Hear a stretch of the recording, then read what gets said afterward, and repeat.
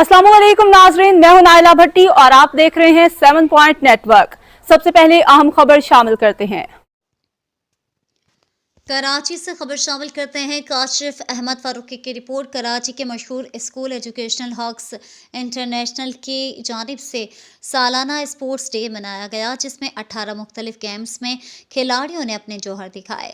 कराची के NED university में education hawks school के ज़ेर एहतमाम सालाना स्पोर्ट्स डे मनाया गया, जिसमें स्कूल के बच्चों और बच्चियों ने बेहतरीन खेल का मुजाहरा किया। मेहमान गिरामियों में मौजूद फरहान ईसा ने नन्हे बच्चों की मुस्बत सरगर्मियों को सराहा।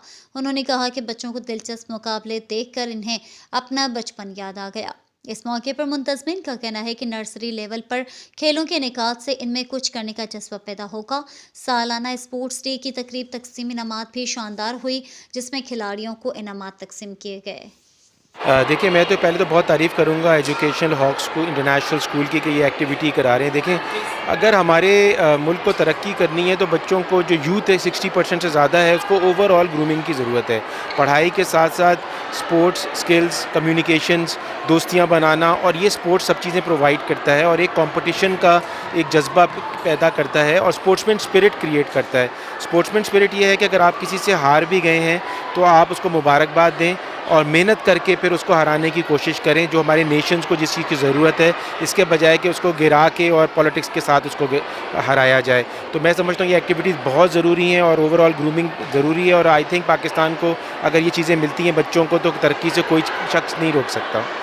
था और इस दफ़ा डॉक्टर जुनैद अली शाह ने सिंध गेम्स किया है। पहली बात है कि ये रेगुलर होने चाहिए। जब ये रेगुलर होंगे तो जो ऑर्गेनाइजर्स हैं वो भी इसमें मंच जाएंगे, सीखेंगे और कि कैसे उसको बेहतर तौर पे मैनेज करना है। लेकिन अगर हमें पाकिस्तान को इंटरनेशनल स्पोर्ट्स एरिना में आगे लेके आना है तो स्पोर्ट्स एकेडमीज़ बननी बहुत ही ज़रूरी हैं।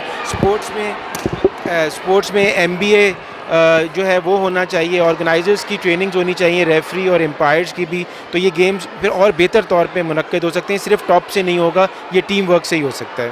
तो बच्चों की एक्टिविटीज़ हैं, स्पोर्ट्स हो गया, साइकोलॉजी हो गई और उसके बाद न्यूमेरिसी हो गई, ये हमारे स्कूल्स में अभी तक नहीं आया है। हम लोग जो हैं पायनियर हैं साइकोमेट्रिक टेस्ट करने के, इसीलिए मैंने आपको बताया था कि पहले साल से लेके 7 साल तक के बच्चों के हवासे खमसा बनाए जाते हैं, उसमें स्पोर्ट्स का बहुत ज़्यादा अमल दखल है।